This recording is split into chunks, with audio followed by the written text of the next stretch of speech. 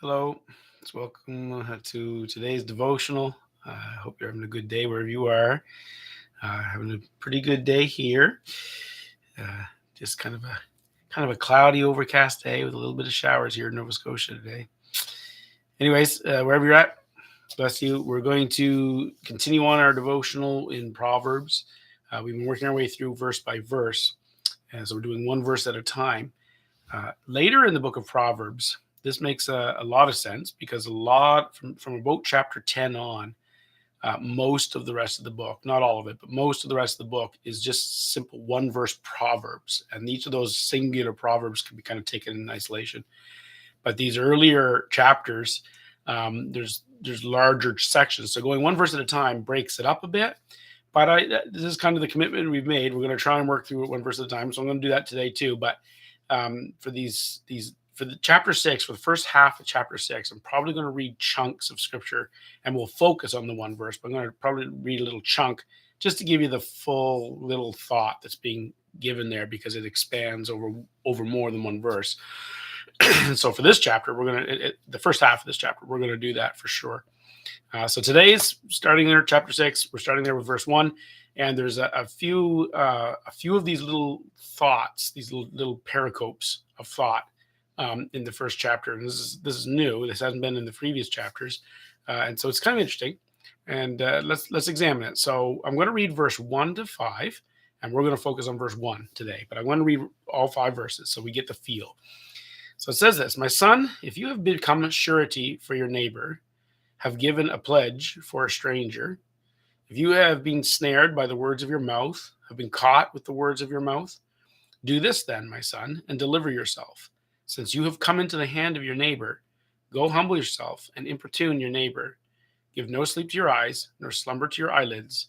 Deliver yourself like a gazelle from the hunter's hand, and like a bird from the hand of the fowler."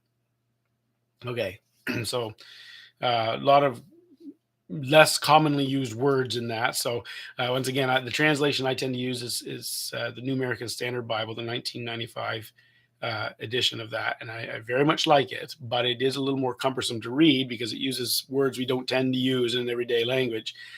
So as we work our way through this over the next few days, I'll draw out those words and we'll talk about them a little more. But you can also look.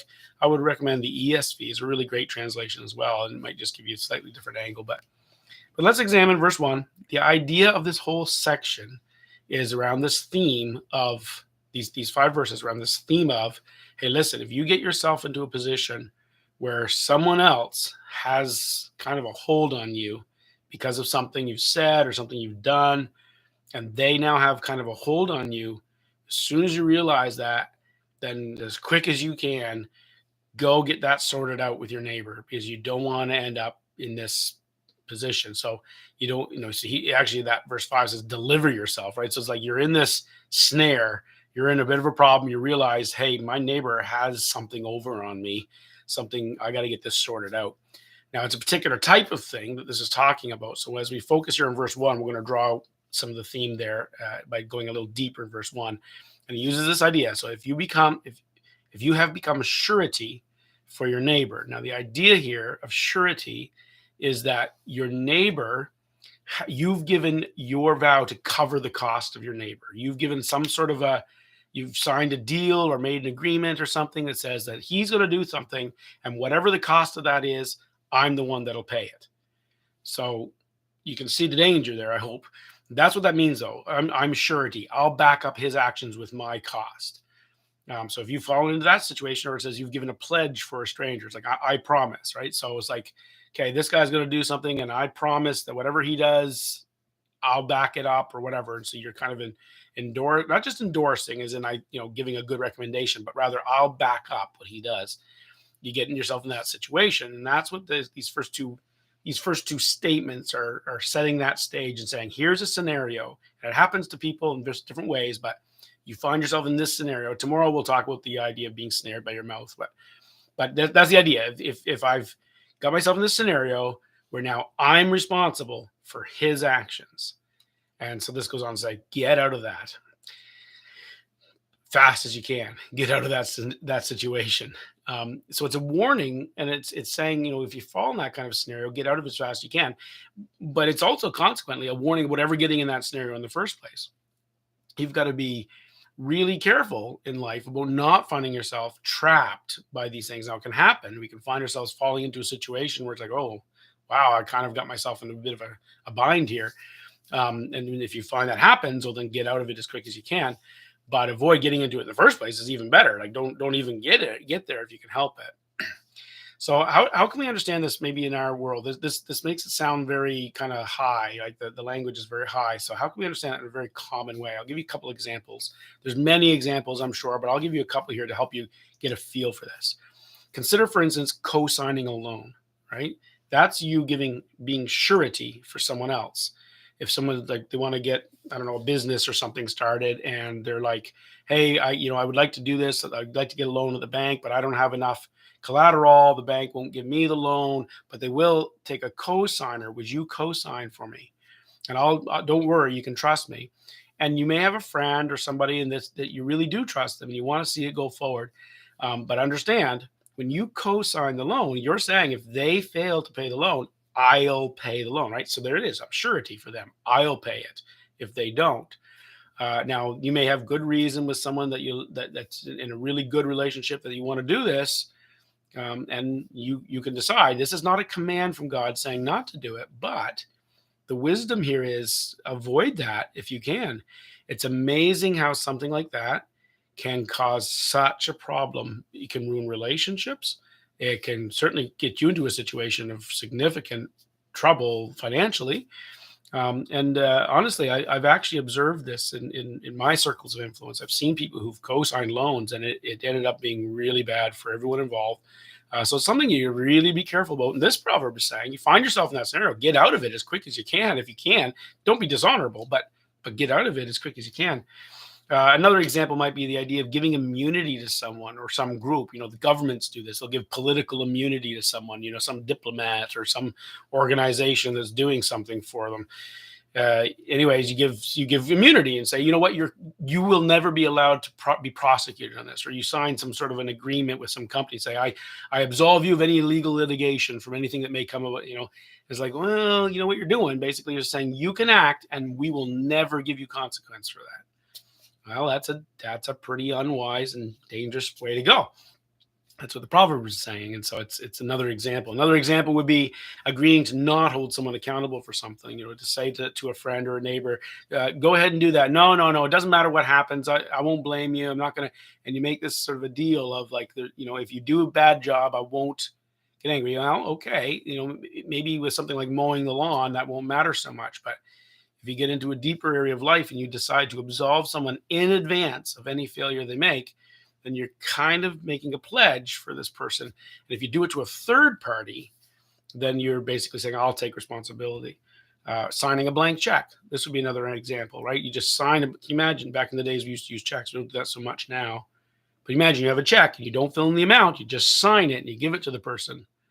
You're trusting that person to do something right. And you are saying basically, whatever you do, I'll cover it. Another example would be if you're taking say you're taking your car to get it fixed, and you say to the mechanic, just fix it. Just give me the bill when you're done. Right?